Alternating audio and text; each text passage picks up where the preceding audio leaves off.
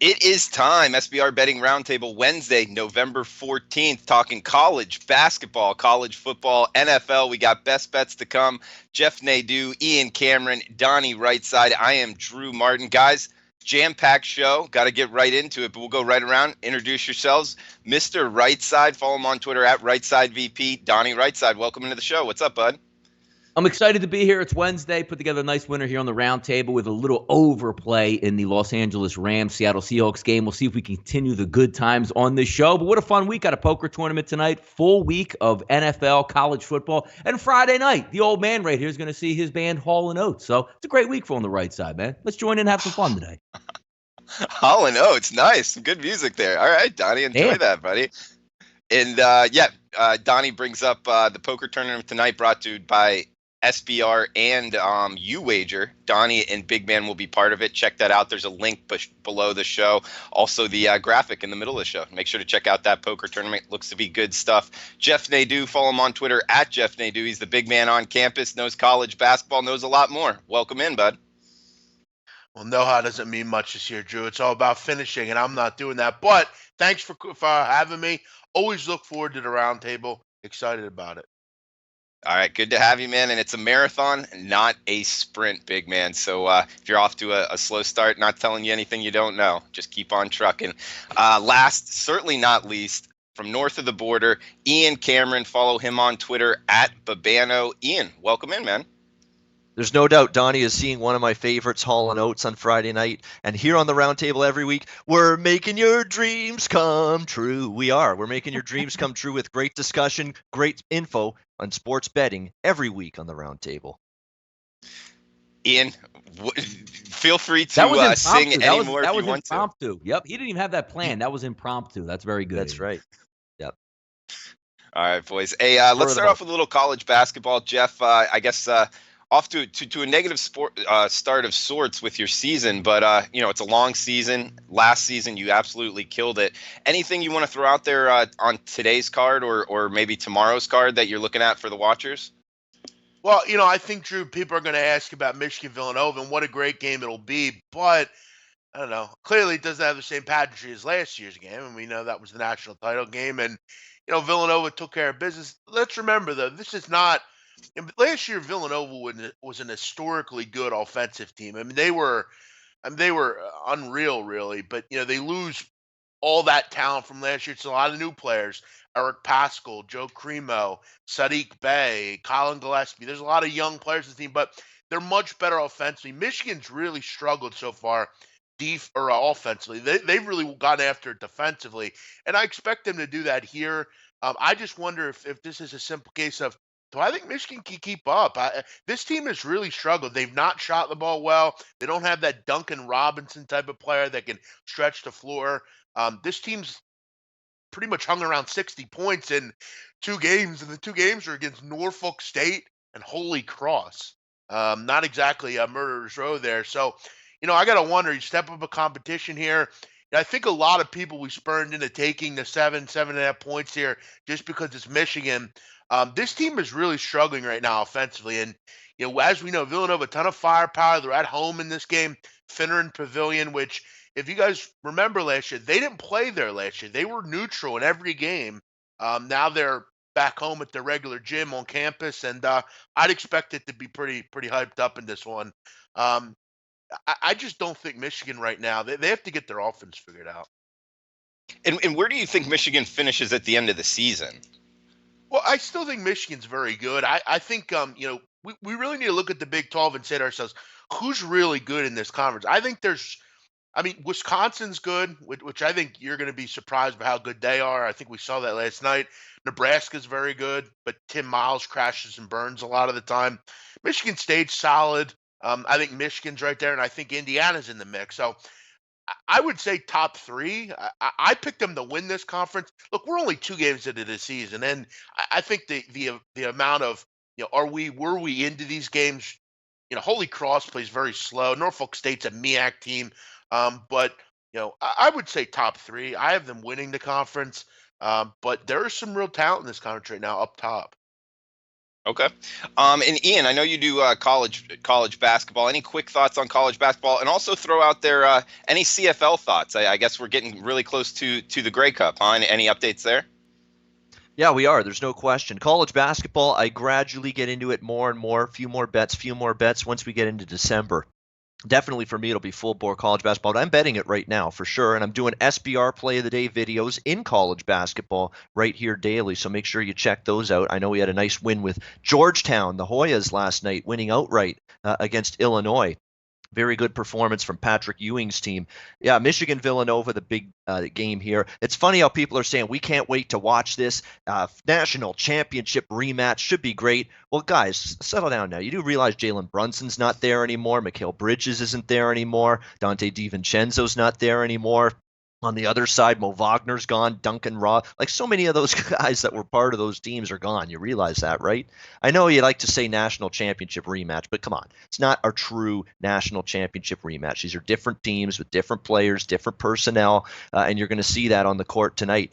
Big Man brought it up about Michigan's offense. They faced pretty much the sisters of the poor here in these first two games, Michigan, and yet they've really struggled to shoot the basketball, really struggled offensively in both of those games. That's a concern. You look at this Villanova, two great coaches, by the way. It's always fun when you see Jay Wright, John Beilein, coaches of that caliber, be able to square off, match wits in a game like this. But for Villanova, it's an embarrassment of riches. I mean, you actually lose a bunch of good players last year from that team: Brunson, Bridges, Spellman, DiVincenzo. A lot of good talent. They bring back Booth and Pascal. Those are the two big returnees, both of them seniors for Villanova. But the embarrassment of riches is you can grab a guy like Joe Cremo, senior guard, played at Albany with the Great Danes. This was a great basketball player. A lot of people don't realize that because they don't get to see America East basketball very often. This is a gifted offensive force, can shoot from anywhere, can make any shot on the basketball court, and he's instant offense for this Villanova team. Watch out for Joe Cremo this season with this Wildcats team. I think it's going to be a situation where he's going to be able to really improve or make this team really efficient offensively, be able to provide some offense for them. So this is a really good game, fascinating game. I kind of lean with Michigan here, but I'll be honest, they haven't shot well, and if they fall behind, you're worried about being able to keep it up. So I lean Michigan plus 7.5, but it won't be a big bet on my part tonight. Okay, and just real quick, we're in the Final Four in the CFL playoffs, and the Grey Cup's, 2 weeks away? Grey Cup is Sunday, November 25th, and that game's going to be televised on ESPN2 coast to coast, so you can watch it in the U.S.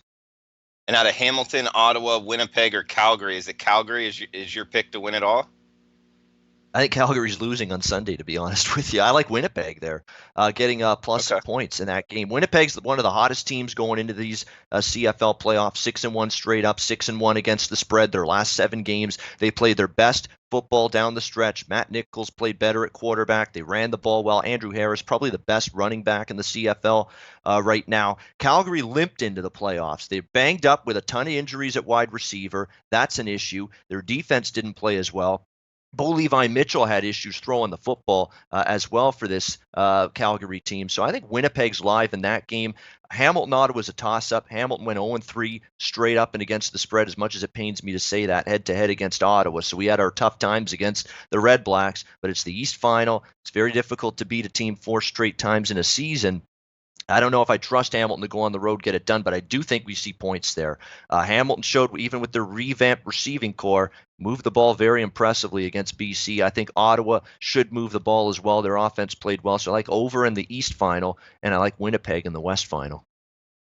All right, guys, we got to get into the meat and potatoes here of the Roundtable, college football and the NFL. Got to get Mr. Right Side's opinion on some of these college games and also NFL. But got a big one here in New York, in Yankee Stadium. Kind of cool atmosphere on Saturday. Syracuse, Notre Dame, 63 the total. We know Syracuse is going to push it tempo-wise. And I believe Ian Book will be back. That's some reports that I read as well, so should help Notre Dame side. However, if you're looking to bet the Irish, you're going to have to lay doubles, seeing mostly 10.5s across the board. Donnie, how'd you look to bet Syracuse, Notre Dame here?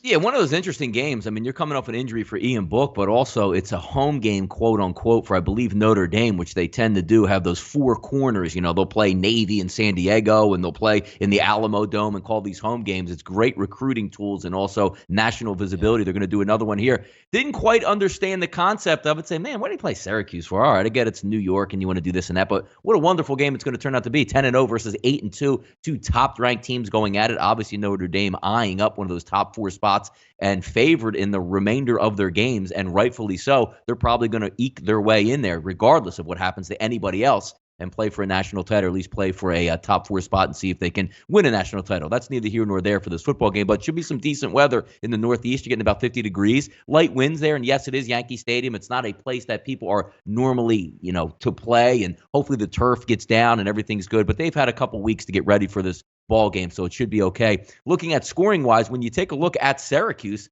I mean, what's not to like about their offense? You have a quarterback that's, decently accurate, but a playmaker in the backfield. Eric Dungy reminds me a lot of Trace McSorley and what he can do. Read option, can throw it, can make the play, can do all the things you need, and a veteran presence back there, quarterback. Notre Dame, if you want to get into a scoring race with them, they can certainly engage you in that as well. I like the way Wimbush played last week, so if there's any problems with Ian Book, it looks like Wimbush can come in and be a serviceable quarterback. But take a look at Syracuse over the past couple of games, right?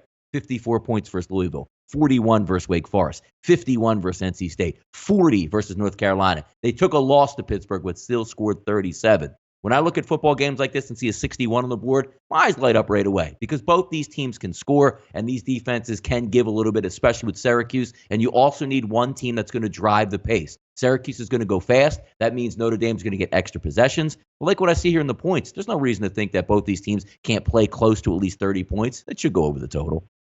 Yeah, we're seeing it in the low 60s here, 63 at most books on SBR odds right now. Jeff, what about you? How do you see the Orange and the Irish Saturday? Look, the last hurdle for Notre Dame here. I mean, this one is the one where you kind of worry. It's a neutral site game. It's it's a double-digit number. It's a good offense you're facing. But Notre Dame with Ian Book has just been a freight train, really. I mean, they've had some slip-ups, though. There's been that occasional game where they do kind of play down the opponent. When you're looking at, Donnie mentioned, maybe a higher scoring game, a shootout type. I mean, 10 points is definitely valuable. I don't know, because I think Notre Dame's way better than Syracuse, but I mean, Syracuse has played everyone tough for the most part. But then you look at them losing to North Carolina and games like that. I'll just kind of agree. I think it's a high scoring game. Both these teams, I know Notre Dame is kind of better defensively, but I think when you have to kind of bold into a shootout, you will. They'll kind of throw that to the wind. They'll want to, they'll have to keep up Syracuse. So yeah, I lean over. I think the side's tough because I do think Notre Dame's a better team, but in a shootout, you always want the point. So I'll agree. Yeah, with you bring up the fact of their last hurdle here with Syracuse. Notre Dame does have to play USC on the road, but with USC's problems, this is likely the last chance for the Irish to drop one here before getting into the playoff. Ian, how do you see the Orange and the Irish on Saturday? Yeah, I mean, the over screams out to me in this football game, and I've cashed a couple Syracuse overs. NC State game, I was on that game over the total. A couple others as well. A couple wins. I think one of them lost. I think that was the Syracuse Wake game that stayed under, but that was a very, very high number. I have no problem going back to the over well here. You look at Notre Dame, too. They don't play fast tempo like Syracuse. They don't play Dino Babers level of pace, but they will crank up the tempo after a couple first downs, Notre Dame on offense. So it's not like they're a snail either. And Ian Book back. He's been phenomenal at the quarterback spot. He's been excellent for Notre Dame. They're 4-1-1 against the spread, 6-0 straight up with Book at quarterback, 5-1 to the over, by the way, in 6 games with Ian Book under center for Notre Dame. So they've been an over machine. Even last week, they put up a lot of points with Wimbush against Florida State, but Florida State's defense doesn't offer resistance. Syracuse started out the season with a very, very good defense. We gave them a lot of praise for it, and it is a better defense, but it's still not great. I mean, we gave them credit for shutting down Florida State early in the season. How's that look now? Florida State's offense has been inept all season long. So that's taken away some of what Syracuse did early in the season. They've been gashed a little bit. in recent weeks defensively, and Notre Dame will be one of the best offenses and quarterbacks they've seen this season, so they should give up points. Syracuse is going to score, though. I know Notre Dame's defenses look pretty good at times this season. I don't think they've faced a ton of mobile quarterbacks, the likes of senior Eric Dungy for Syracuse. I don't think they've faced a ton of tempo offenses this season, the likes of the pace that Dino Babers is going to throw at you. So I think Syracuse is going to be able to match them point for point in this game. I think it's a close game. I would take the points here as well with Syracuse. You look at the Cuse in the underdog role this season, perfect 3-0 against the spread, catching points, Dino Babers' squad, including a very competitive defeat on the road in Death Valley against Clemson, one of their underdog point spread covers this season for this Syracuse team. I think it's just a few too many points, especially with an offense that's capable. The back door is always wide open in a game like this for an offense that can move the football like Syracuse can. So give me 2 bets in this game, Drew. Syracuse plus points. We'll go over the total as well. As Donnie mentioned, weather's not going to be an issue. It's supposed to be sunny, very light wind, not much precipitation, if any, in the forecast. Should be a good weather day for football in the Bronx at Yankee Stadium. Yeah, it should be a fun one to watch on Saturday. Good weather in Yankee Stadium, kind of cool atmosphere with Notre Dame and Syracuse. Big game there. We also got a big one in Orlando. College game day will be there. Cincinnati at UCF, 59.5 the total. One of the lower totaled games for a UCF game. Donnie was talking about that off camera. We got UCF laying some 7.5s out there in the marketplace. A good one to shop around using SBR odds. Make sure you're getting the key number here right on 7. Cincinnati, good defense, good defensive line that gets after it. Might be a problem here for Mackenzie Milton and company. UCF did not cover last week against Navy. Took the loss on that one, actually. But Donnie, what about it? What are you thinking here? Bearcats Knights, Saturday night, ABC, 8 p.m. Eastern kickoff. It's a big game. I mean, how about that? 9-1 versus 9-0. I mean, probably UCF still going to be shut out of the national championship picture unless all hell breaks loose down the stretch and everything completely goes wrong, which I don't think is going to be the case. But this is a fun matchup to see, and two teams really that are going to be able to get after it. I like what Cincinnati's done on the season. When you take a look, you try to find some like opponents and offenses. Maybe the closest thing you're going to get to UCF is maybe what you played last week in South Florida. Now, obviously, Blake Barnett's not as electric as Mackenzie Milton is, but they're going to run fast. They got athletes, big wide receivers, fast running backs, and can get after it. They handled them pretty easily, 35-23, but that game was at home. If we take a look at the last 2 games that they played on the road in the conference, I mean, look, early in the season, you're playing UConn on it, but I mean, everybody dusts UConn by like 20 or 30. At Temple, you took the loss 24-17. At SMU, you eked one out 26-20. Navy's not the same football team, but you did put them away 42-0. But when you say, oh, look, they stopped the Navy run, that's not really the type of run option that you're going to get RPO style from UCF this weekend. And they handled South Florida last week. You're just waiting for UCF to say, you know what, they're at home. They should be able to extend it. But there's a lot of things that Cincinnati does really well, including a quarterback that doesn't turn the football over, a power running game with a really good running back, already over 1,000 yards on the season. If you can try to control the tempo, almost like 10, I mean, because look, the Temple UCF game, Temple had every right to win that football game. They couldn't stop Temple. And I think Cincinnati overall is a better football team than Temple. If you're going to get 7.5 or more, you might be looking at that dog spot right here because I think Cincinnati can go toe-to-toe and somewhat slow down their offense. But what does that mean, slow it down? Hold them to 35 instead of 45 points? I think there is going to be points be scored in this game just because UCF forces the issue and Cincinnati can counterpunch with a nice ground game. Over the total in this game, but I'm going to look to maybe try to make a play for Cincinnati as long as you can get over 7.5. Yeah, I haven't bet against UCF all year. I doubt I will, but looking at this spread, I'm with you, Donnie. I think Cincinnati creates a lot of problems for how UCF likes to play. Jeff, how are you viewing the Bearcats and Knights here Saturday night? Well, I think the writing's on the wall on why this game's on ABC because no one else is playing anyone and no one else cares about any of the other games. UCF finally gets a game on ABC that there's no other good games on. So I guess we'll put them on. Look, but I'm going to surprise you here. I got to go the other way. I'm going to go with UCF here. I think Cincinnati, I think Donnie kind of outlined it pretty perfectly. I don't think this team is, I mean, what have they really done? I mean, seriously. I mean, they've beaten some good teams, but nothing. We all know the AAC is not great this year. Where's Houston on the schedule? I don't think they played them. And Houston is a dynamic offense, if anything. I think this is kind of a big thing to do. Go on the road down to UCF, and this team. Desmond Ritter's a quality player, but again, I don't know that this defense has faced anyone. There's a lot of defenses that are very high end. Then they face a real offense and they get beat up a little bit. I think Donnie kind of outlaid it pretty well. I don't really have much more to add. I just think 7's kind of goading people. Oh, it's going to be a close game. It's Cincinnati. Luke Fickle, da da da da. But at the end of the day, like Donnie said, it's not been exactly a great road year for them. They went on the road and lost to Temple, barely beat SMU. This is a big step up of competition. I think UCF's they have their eye on a prize that I don't think is capable to get, but they'll keep having their eye on it. I'm going to lay the 7. Yeah, they need a lot of help, no doubt about it. Ian, Big Man says the No. AAC is down. True. They're not getting into the national title. They're not getting into the Final Four. I don't care what happens. They're not getting in.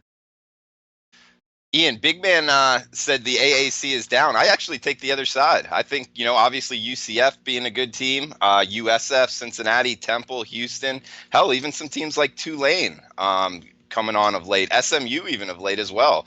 How do you feel about the AAC overall, and what's your view on the UCF Cincinnati game? It's a solid conference, Drew, but we can't make it out like it's a big time Power 5 conference. I mean, it's not. I mean, it's a decent Ian. conference, but look at this schedule for UCF. Now, they beat the teams that's on the schedule. I understand that.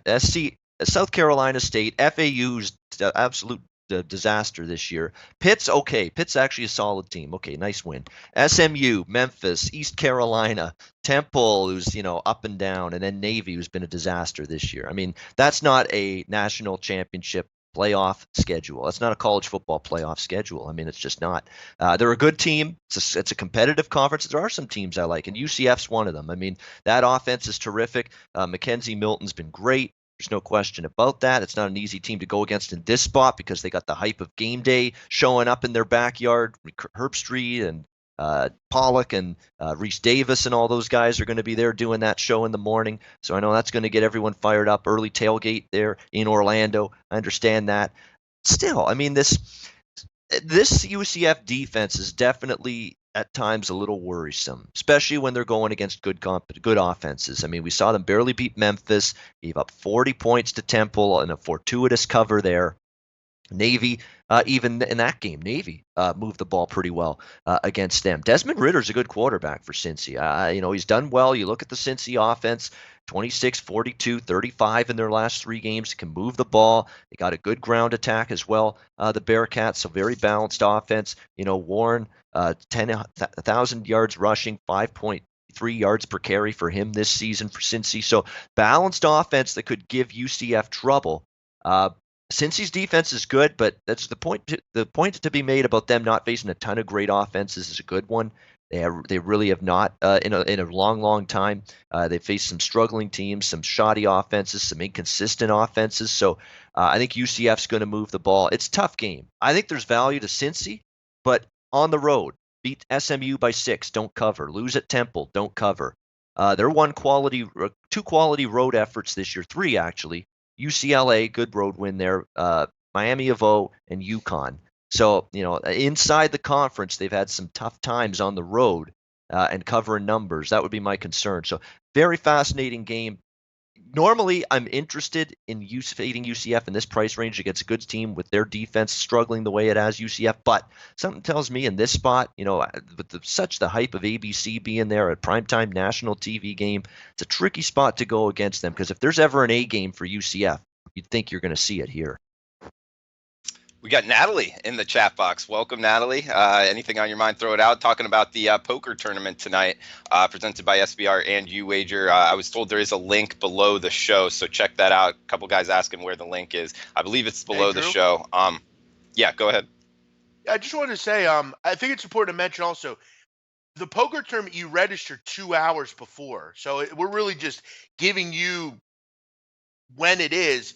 You have to go in and register. So make sure if you click on it now, you won't be able to register. You got to go 2 hours before, like any other poker tournament. Just make sure you have a Youwager account and 2 hours before you jump in. Dock Donnie out. That won't be too hard. He'll be out quickly. No way. Be here all night. Donnie, are you a good poker player? He's in it for the long haul. I can play online. I just don't understand the betting in person. That's all. And you can get a pretty read about somebody when you're asking the dealer, like, how much do I have to bet at this spot right here? At least online, it's pre-done for you, where it actually says click this button. It's very easy to play poker online. I like the you can kind of hide a lot of inefficiencies online. Yeah, exactly. Yeah, I mean, who doesn't play World Series of Poker like back in the day on the PSP for like hours and hours and hours? That's how I learned to play poker, but I just don't play it live. It seems like people don't like to play craps. You get a little bit intimidated because you don't actually know it going there, but you can play it online or have fun. It's just a live atmosphere, changes it up. Behind the computer, very easy to play poker. All right, good stuff, boys. Check that out tonight, 9 o'clock. Got to register 2 hours before. We got NFL coming up. Some good games there. Best bets first. The late night special, degenerate special, get back game, whatever you want to call it. UNLV coming out with a big win over San Diego State last week. Looking good doing it. 69.5 minus 6.5. That's the Hawaii Rainbow Warriors laying that on the island. Jeff, how would you look to bet UNLV Hawaii here? Well, I think it's important to figure out if Rodgers is playing. I mean, we keep getting this charade back and forth on if he's playing. I don't really understand the point at this time. I mean, I think you only have 2 games left, and you're not going to make a bowl game, so I'm not sure I see the point in it. This is a tough trip out of Hawaii. No matter if you make it or not, it's still a long trip, and you have to travel. And look, Hawaii has struggled. I mean, what has happened to this team? Oh, I know what happened. They played good teams. That's what happened. They were beaten up on Duquesne and San Jose and Wyoming. Then they go play real teams and have trouble. It also, and I know Donnie will remember this, Cole McDonald has disappeared. What has happened to this guy? I remember everybody was talking about how great he was. And, oh, I know what happened. You started facing real defenses. That's what happened. UNLV, though, is not going to be those teams. UNLV is not a good team. They're not a team that can beat a team like Hawaii. But wait, they did last week. I don't know. This is a weird game. It's hard to envision what UNLV is because they go and beat San Diego State last week. Very odd. Very odd conference this is. So I think on paper it looks like one of the best conferences you'll ever see, but I think the truth of the matter is it's not. I think all these teams are way overvalued, and Utah State will be exploited next week when they go to Boise, just like Fresno was. Tough game. I lean Hawaii just because of the trip, and I think UNLV is kind of fat and happy after last week. But I think they all have to face the mirror that they're off that win, and they're still not going to do anything this year. So, that trip could be a little bit more difficult. Ian, what about you? What are you liking in the degenerate special?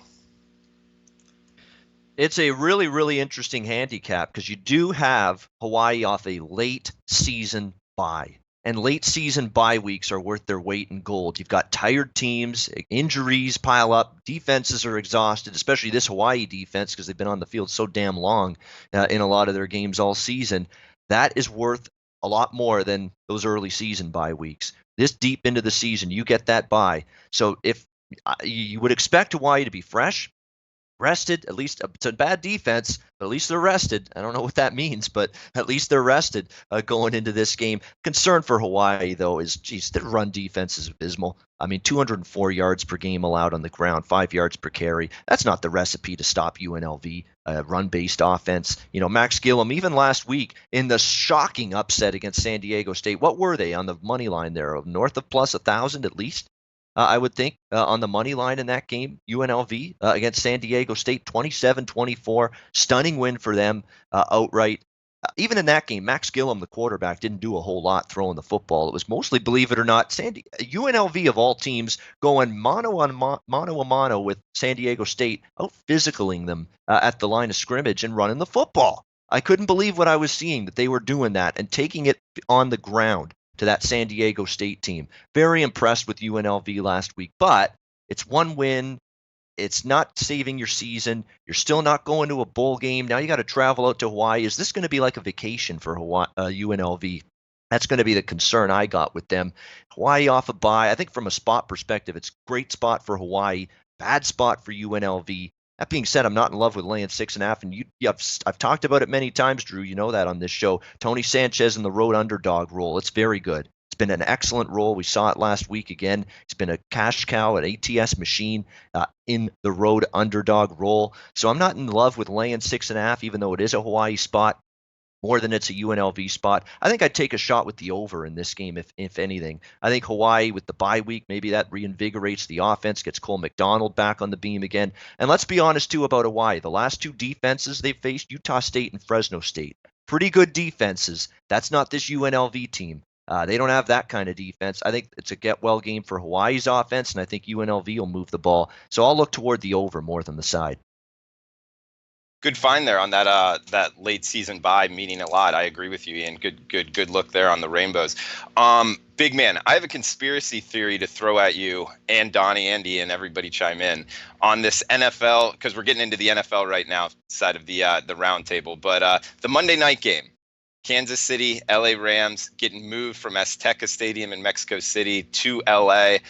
And blaming the field conditions, I believe, is the main concern. Donnie, big man, Ian, what do you think about the NFL realizing a lot of money was going to be going to Mexico City, and it wasn't going to be a home game for the Rams, two of the best teams in the NFL? They probably weren't expecting that when they planned this game in Mexico City.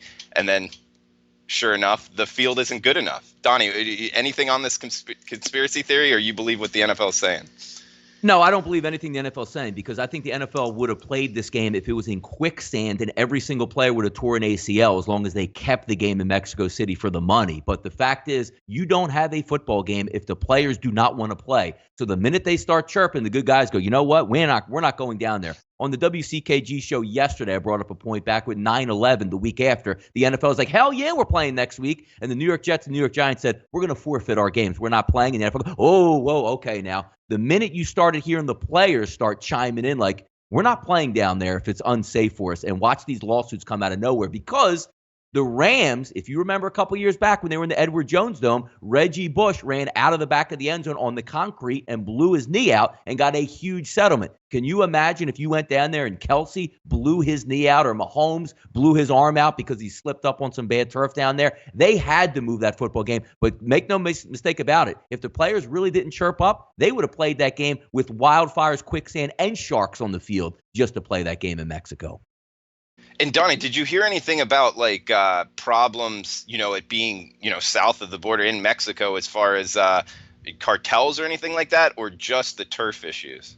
No, it's just the turf issues, and thank goodness the players spoke up about it, because again, if they didn't, they would have played it. Because we also read the stuff with all the merchandise that they had ready to go, and the millions of dollars in T-shirts and all this stuff, and now you're going to have to pay people's flight plans back and get credited all back. But the NFL does have insurance based on loss of business for exact purposes like this. They did the right move. First of all, it never should have been in Mexico anyway. Bad move by Kroenke, the owner of the Rams, who sold his franchise out to take money in Mexico instead of having a home game for a really good football team. Can you imagine Kansas City right now? He's a piece of work. Kansas City would have sold their fans out over the offseason going, you know what? We have the biggest home field advantage in football. Let's go to Mexico, maybe take a loss. Yes. Get out of here, Kroenke, you fake-ass owner.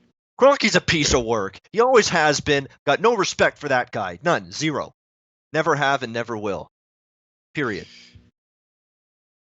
Big man, anything to chime in here? Yeah, I mean, look, I've in following Arsenal Football Club, I'm all too familiar with Stan Kroenke and his inability to even know what the fucking result is half the time with his team. He doesn't care about ownership, and there's no more indicative of his track record. Look at his teams; they all suck. The Avalanche sucked. The Rams until recently sucked. The Denver Nuggets have been mired in losing for a long time. This is no secret. Stan Kroenke is one of the worst owners in sports, and that's been pretty loud and clear. Look, I'm all for conspiracy theories, Drew. I actually am quite interested in them, and there's actually a lot of really interesting ones, like the weather's man-made and things like that. This one is quite interesting on your part. I'm not familiar with this behavior by you, but I think we need to see more of it, Drew. I like when Drew Martin gets out of his handicapping lingo and starts to talk about real life. I always find it interesting to hear more about Drew, because he's fairly mysterious, but I think we all are well, and we're very much interested in what he has to say about other issues. Drew, maybe that could be a new show for you, just like 10 minutes where you just don't talk about sports. I think that would be It's called fascinating. conspiracy. Yes, it'd be great. Yeah, I think it'd be Yeah. fascinating to learn more about you. You're kind of a mysterious guy, and this is obviously defining that by your conspiracy theories. All right. Well, we got Paco. I'll look into that. I don't know. Talk it over with the SBR higher ups here. Paco Healy saying the cartels want the NFL in town. Good for business. Yeah, I guess that would be true. I don't know. A lot of people buying But, low down there for that week. Yeah, it would've Yeah, been huge. I would agree. I think that tourists are always good for the bottom line. If you're a kingpin, I mean, they want to have fun, good time, want to party, throw a girl around. Yeah, Oh yeah, that. Tuna and George Jung would be down there for this game Oh making yeah. bank. No, it would be that. Listen, if you're a drug dealer, I would be down there. I would go down there if I could. That's a great point by Brightside. I agree. all right, Leave it boys, to let's the get back NFL to the have game. this happen to them, by the way, that this would get all screwed up. The field wouldn't be in any good condition. Leave it to the NFL to have this thing bungled. Leave it to the NFL to have this wonderful little spectacle that they had planned in Mexico City turn to shit. Leave it to the NFL for that to happen. Hey, Drew, let me ask you a question quickly Yeah. before we move on. You're a conspiracy guy. You don't actually believe we landed on the moon, right? I do. Yeah. It's too big You a do news. believe that? You believe Yes. that? I don't. Really? There's no You way. really Drew. don't. Come on, Drew. No, of course not. We can't even get fucking cell reception in a fucking elevator. How the fuck are we gonna land on? How are we? I mean, seriously, think about it, Drew. They literally took off from Cape Canaveral, wherever it was, in a fucking capsule, landed on some random thing in the middle of space, took off again, and landed on some cavernous place nobody knows about. Walked around for a while, got back on it, flew back, and nothing happened in the 60s. You couldn't even fucking make a phone call in the 60s. Come on, dude. It's filmed. It's all filmed. They showed it, I think, one time, bro. Come on. I don't know. I really haven't Never thought happened. about it that Never happened. much. Yeah, I'm not really sure. I don't want to comment too much on it. I'll do some more research. I'll get back to you, big man. Maybe on our Thursday show or something. We're too jam-packed on the roundtable, man. We got to keep going. Getting back to the handicapping here, guys. I got to shift here because we only got about 15 minutes left. Got to get some NFL out there. Mr. Rightside, start us off. Carolina, Detroit. Looks like the Panthers 3.5. Good one to shop around. 51 the total. Cam Newton and company versus Detroit Lions. I thought Detroit had a hell of an offense, but what they've dropped a couple games here lately. How would you look to bet the Panthers and Lions, man?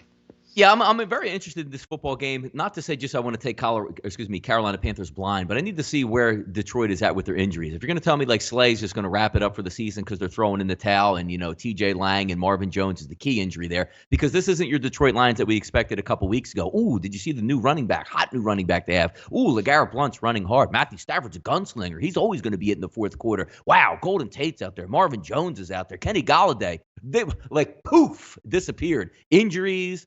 Older and slower, trades that go away, and your overall ownership just saying, you know what, guys, you're in the heat of this race in the NFC North. Good luck, fellas. Golden Tate's going to Philadelphia. That third-round pick that you don't have right now that you're going to get next year, good luck, boys. Not going to help you out here. And they got smoked, absolutely smoked since that's happened. Now you're going to get a rested, healthy Carolina Panthers team that absolutely needs this football game much more than the Detroit Lions do. It's a very square play. There's 80% of the people on the Carolina Panthers, but injuries do matter in the NFL, especially when you're going to take away your top cornerback in the secondary and another option at wideout. So is Matthew Stafford going to go into this football game and say, carry on, you're on one leg, good luck against that linebacking crew? Or Kenny Golladay, remember all that help you used to have? And it was so much fun when you were one-on-one coverage because Golden Tate and the other guys were taking away. Now you're going to have three guys on you. Good luck out there, fellas, and move the football. Carolina are nothing for me early in the week. Ian, are you with Donnie? Carolina or nothing? 1,000% with Donnie on this one. Absolutely. Throw out last week. You take that Carolina performance against Pittsburgh, and you know what you do with it? You chuck it in the garbage can. That's exactly what you do. It means nothing. Road teams go to die on Thursday Night Football. We know that. Bad spot, travel, short week, and they got blitzed. And Pittsburgh's ready. Pittsburgh's playing good. They have the advantage, and they blitzed Carolina, no question. Carolina's secondary, I've got issues with it. There's no question. Detroit might have been able to pick this secondary apart 2-3 weeks ago, a month ago. I'm not convinced they can do that now. You look at the games since Golden Tate was traded to the Philadelphia Eagles. Guess what? Stafford's looking timid in the pocket. He's holding the ball longer. He's taken 16 sacks in the 2 games, since Tate's moved on. That's not coincidence. He really relied on Golden Tate holding the ball long. That's bad news. Carolina's defense can get after it with their front 7 if he's holding the ball too long, if he's not being decisive with the football, finding someone open down the field. You've got Marvin Jones banged up. You've got Kerryon Johnson's had some difficulties. I don't think he's playing at 100%. Marvin Jones may not play. You could be relegated to just maybe Golladay as the one guy you might be able to trust to throw the football to in this game if you're Matthew Stafford. That's a bit of an issue. Carolina's obviously not feeling good after the way things went last Thursday night in Pittsburgh. They've talked about it. They're still confident. They say it's one game. That's the right mindset they should have. And this Lions defense is terrible. It's absolutely abominable how bad they are. And they're even worse without Darius Slay. Darius Slay is the only defender I would take on my team, to be honest with you, from this Detroit Lions group. I'm being dead serious. He'd be the only guy I'd want on my team from this Lions defense, and he may not even be on the football field on Sunday. What's that mean? Should mean Cam Newton able to throw the ball. Christian McCaffrey should be able to run it as well. The Lions defense has taken a tumble. I'm with Donnie all the way on this one. I do not want this home underdog. It's Carolina or nothing at all for me. In fact, I'll be on Carolina in some form. It's a good spot, and Detroit's a team going in the opposite direction right now. That was abysmal to see Chicago move the ball up and down the field like a hot knife through butter against that defense. That's a problem. That's a big problem. Yeah, I'm liking Carolina too in bounce back mode. Big man, you want to make it 4 straight like in Carolina, or you think Lions are the side? It's hard to disagree with these guys. I mean, you look at Detroit. I mean, Donnie mentioned Slay out, which is huge. You look at on the offensive side as well. Golden Tate gone. Stafford has really struggled. I mean, he's not really playing well. This has been his worst year as far as on pace for yards per completion. This will be his lowest as far as on pace for passing yards. Got a lot of interceptions. The big problem also has been he cannot stay upright. He's been sacked 16 times in 2 games. This is not a good tonic against a team in Carolina who can get to the quarterback. Carolina's also been very lucky. They haven't dealt with many injuries at all this year. They're coming in pretty healthy to this game for the most part. Detroit seems to be going the opposite way. And right now without Slay, I don't think they're very good in the secondary. So you also see last week, I mean, bad penalties, late hits out of bounds. That I think it's frustration at this point. I don't think they can block up front and keep Stafford upright. And that's been indicative of his numbers. He's on pace for some of the lowest numbers in his career. And I was listening to a fantasy show the other day, just kind of listening to it. I think it's interesting sometimes. And a lot of those guys are talking about how they don't want Stafford in their fantasy lineups anymore. He's just not the same quarterback as he once was, this year. So yeah, I'm going to agree with all you guys. I think this is a pretty good play. Guys, we got about 10 minutes left. We got Dallas, Atlanta, and then best bets. Looks like Atlanta, the Falcons laying 3 with juice at a lot of shops, 48.5 the total. Ian, what are you thinking for the Cowboys versus the Falcons, man? One last point about Detroit. I mean, nobody's going to be quaking in their boots and scared to be playing at Ford Field either. Just ask the Seattle Seahawks a few weeks ago. They went into Detroit and absolutely buried the Lions. So I don't think Carolina's going to be too intimidated by whatever environment Detroit offers them on Sunday. This game, Dallas-Atlanta, I'm on an Atlanta kick. I don't know why or how it started, but I love the play for Atlanta coming up against Washington out of their bye week, and they got it done with ease. I love that play. Unfortunately, I decided I'd come back with them last week because I thought that Cleveland secondary was too banged up. Denzel Ward played, much to my chagrin. He definitely helped that secondary thwart off Matt Ryan and company, and Atlanta didn't, again, look back like the old Atlanta defense again after playing good against Washington. Back to that same old Atlanta defense. No pass rush, couldn't stop the run or the pass against Baker Mayfield. They lose to the Browns last week. That being said, I feel like I should go back to the well one more time with Atlanta here in this game, -3. It's a cheap number at home. Dallas, do you trust Dallas after beating Philadelphia? We know Philadelphia's got issues. Donnie and Big Man know that better than anybody. The issues the Eagles are going through, not playing consistently on either side of the ball. Carson Wentz hasn't been great. The defense has been picked apart. Injuries are piling up. They know what it's all about right now with the Philadelphia Eagles. So I don't want to overvalue that Dallas victory on Sunday Night Football last week. Let's see them go on the road again, second straight week.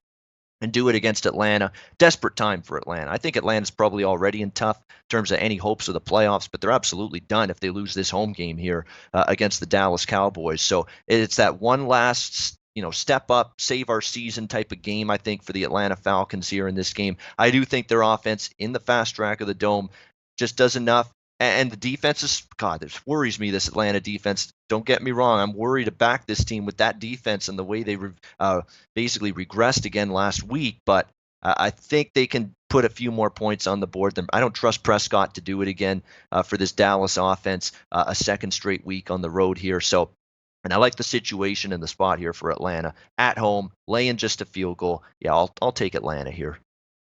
We got Jansen in the chat box saying Atlanta on turf is pretty good. They are at home in the Mercedes-Benz Stadium. Donnie, do you bring that into account, being on turf as opposed to grass, and also your overall thoughts on the Cowboys and Falcons? Yeah, they're built for turf. I mean, we say that all the time. Dome teams going outdoors who are fast and not physical, like the Atlanta defense. I mean, Atlanta's very banged up throughout the season on defense. Might be getting a little bit of a hope back this week with linebacker Deion Jones. We'll see if he can give it a go. That would be a big thing. But you're right. Atlanta's always a play-on team when they're playing at home. They're only -3 in this football game. And when you take a look at Dallas, and it's great. I love how the public perception can be on it. Woo! Did you see Dallas Sunday Night Football? Zeke, oh my God, my fantasy Zeke, he finally got off. Oh my God, they're going to play Atlanta this weekend. We get all that, right? It was a pretty good win by them. But when you start to delve into it, that was their first win on the road where they should have taken care of the Eagles much easier. And that was a 7-point game in the fourth quarter. And the Eagles were driving to, tie it up or do whatever. So that game was always going to be in the mix. I think you're getting Atlanta here at a cheap price. And let's not forget when you look at Dallas. Dallas gets a lot of credit for playing good defense. So I think they are solid, yes. But take a look at the past couple of games. At Houston, you gave up 374 in the air to Houston. Jacksonville, 139. Jacksonville can't get it out of its own way, and especially when they played Dallas and gave up in that football game. 175 in the air on defense versus Washington, who doesn't throw the ball more than 6 inches at a time. Tennessee, who doesn't like to throw the football, 215. You know, in the last 5 games, the two teams that do have some weapons on the outside, the Philadelphia Eagles, who struggled getting deep on anybody, threw for 350 yards last week. A couple games ago when they played Houston, 374. Atlanta is built for this. They will bomb on that Dallas defense. You like Leighton Vander Esch? Oh, he looks good. Jalen Adams? Oh, he looks good. Yeah, those guys don't cover Julio Jones, Mohamed Sanu, and Calvin Ridley. They don't do that. They are going to be able to get deep and get off on this team. It's a cheap price for Atlanta. Do I see a blowout in this football game? No, probably not. Dallas will probably slow it down, play it a little bit closer, but I'm not taking Dallas on the road. A, they're not a good road team, and B, Atlanta is built for this in the Dome, and C, it's a cheap price. I'm taking Atlanta at home, -3, no-brainer. All right. One last thing I want to jump in Atlanta. and say quickly. Yeah, one last thing I want to jump in and say quickly about Leighton Vander Esch. They may lose that game if he doesn't blow up that screenplay late in that game. Without that play, Philly maybe goes down the field, ties it up, and they go on and win that game. That's how close. See how different the perception can be? Oh, look how Dallas looked great. And they were maybe one play away from losing that game. Leighton Vander Esch saved it for them, that screenplay in the fourth quarter late last week. It could have been a different outcome.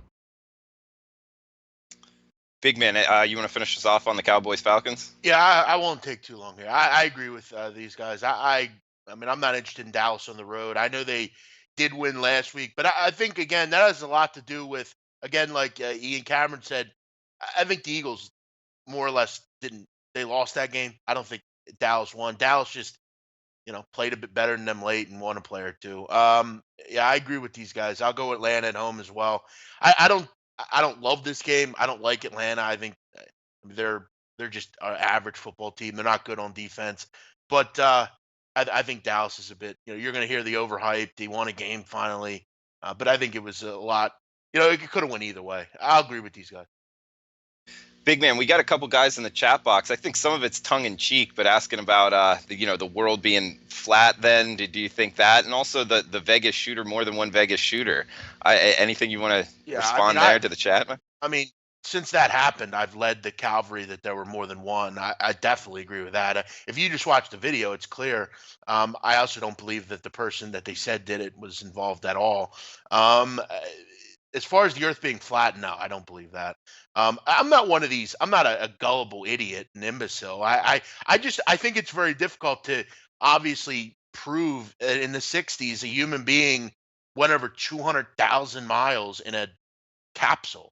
I mean, it's how come we don't have it one back? Anyone aware? That's I it. don't Yeah, know. that's the thing. You know, because Yeah. the one thing that would back, getting back there, you're right. You don't think Trump day one would have been like, watch this, I'm putting the man on the moon tomorrow because I can. He would just do something ridiculous like that just to prove his point and plant like a Trump flag or whatever on the moon and say, you know what? I went back. I was the only president that went back here. I mean, agree. And it's then you hear just NASA talk Yeah, about saying Obama they didn't put actually anyone don't out have the there. logistics. Yeah. That. Crazy.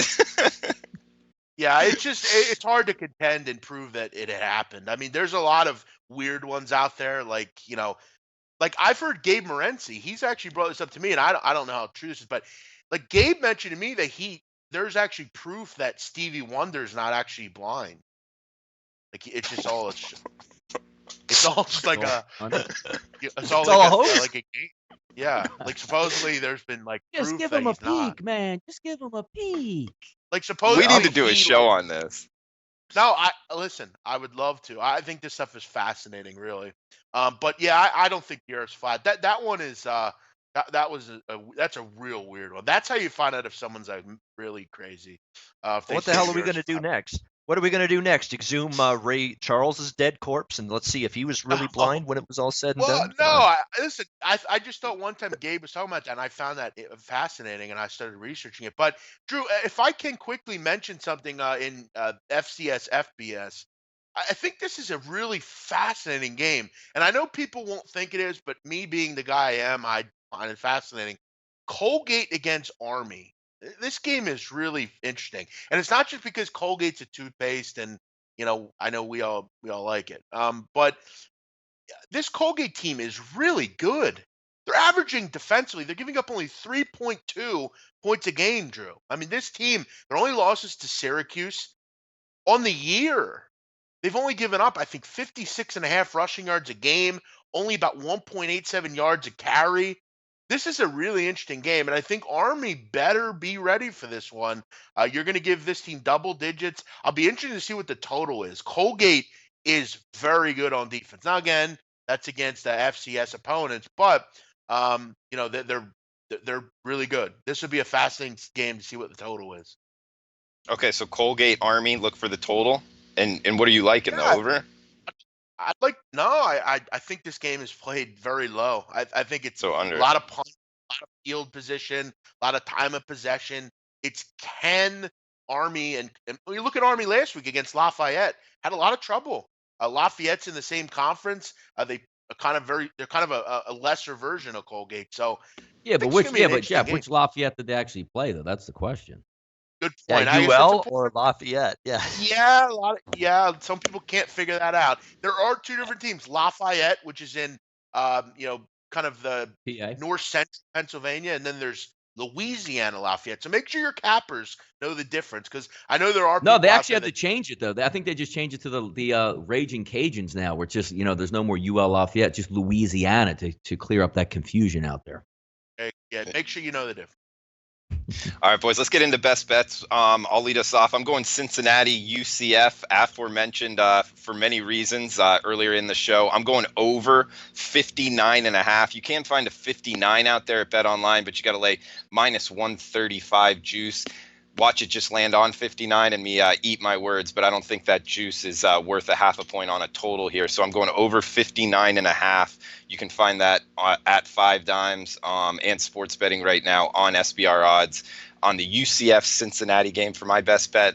Jeff Nadeau, follow him on Twitter at Jeff Nadeau, the big man on campus. Is the Colgate Army under? You want to do the Chris Open as your best bet, or do you have another one on slate? I don't tend to like to do that just because I want to make sure I can kind of see the number first. We'll have a breakdown on that on the Saturday show. Ian and I do. But, Drew, I'm actually going to go to the NFL, Drew. I'm not going to overthink this one. Eagles Saints over 54.5. Is that still available, 54.5? If it's 55, I'm having trouble with SBR odds right now. But this game screams over to me. Look, Donnie and I know this Eagle team, I think, more than anyone on earth. And look, right now, this team just isn't good on defense. They play an odd defense. They're going to give up yards. And right now, they are pillaged in the secondary. Darby's out. Mills out. Jones out. Rodney McLeod's been on IR. They're basically going to trot out guys off the street this week. Chandon Sullivan and random guys. This is a team that's going to get absolutely destructed in that secondary. Drew Brees will run up and down the field. I think it could get ugly for the Eagles. They don't get in a pass rush. They've just been very ineffective defensively, and I think that will continue. Jim Schwartz blaming them on not tackling. It's just a mess. And I think they can move the ball. The Saints, I think through the air struggle. This seems like a bit of a layup. I'm going to go over 54.5. Eagles Saints. All right, over in the Eagles-Saints games, and yeah, it is 54.5 at one book right now on SBR odds. We can keep going around the board here. Donnie, right side, follow him on Twitter at RightSideVP. What do you got for best bets, bud? Yeah, this is a tough week early in the week because I would like to have a better feel, but there's one game I'm really zeroing in on. That's going to be the Sunday Night Football game. I think this is a perfect spot for the Chicago defense to step up and get after it. I think Maserati Mitch is coming into his own. We do know Minnesota has a really good pass rush, but Maserati Mitch can move around in the pocket and make some plays. It's a night game. It's going to be cold conditions, dome team going outdoors. And I just think Chicago in this environment, even though I do think Minnesota is going to win the division, I think this is a nice pickup win for Chicago Bears. Minnesota is coming off a bye week. They are going to get, looks like Stephon Diggs back. We'll see if they get Xavier Rhodes at corner. But I like the way the Chicago Bears play, and I like the way the Chicago Bears play at home. I think it's going to be a juiced environment up there. I think Chicago will step up. Matt Nagy, dial up a nice game plan here to get some of those mismatches going because you saw even the past couple weeks, now you're getting healthy on the offensive side of the ball for the Chicago Bears. And let's not forget, if you watched any highlights, if Khalil Mack is back all the way, just check out some of those highlights against the Detroit Lions. They're going to be under pressure, under siege in this football game from Minnesota. I think Kirk Cousins is going to say, you know what?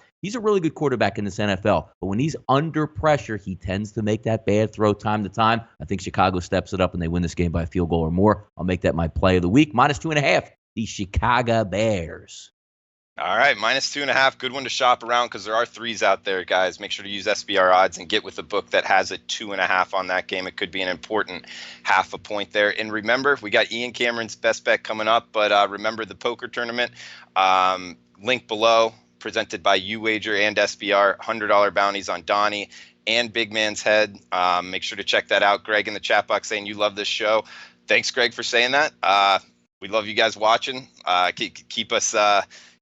Feel free to throw out whatever you want in the chat box, and if you're liking the content, please give us the like up, the thumbs up button. That helps us out a lot.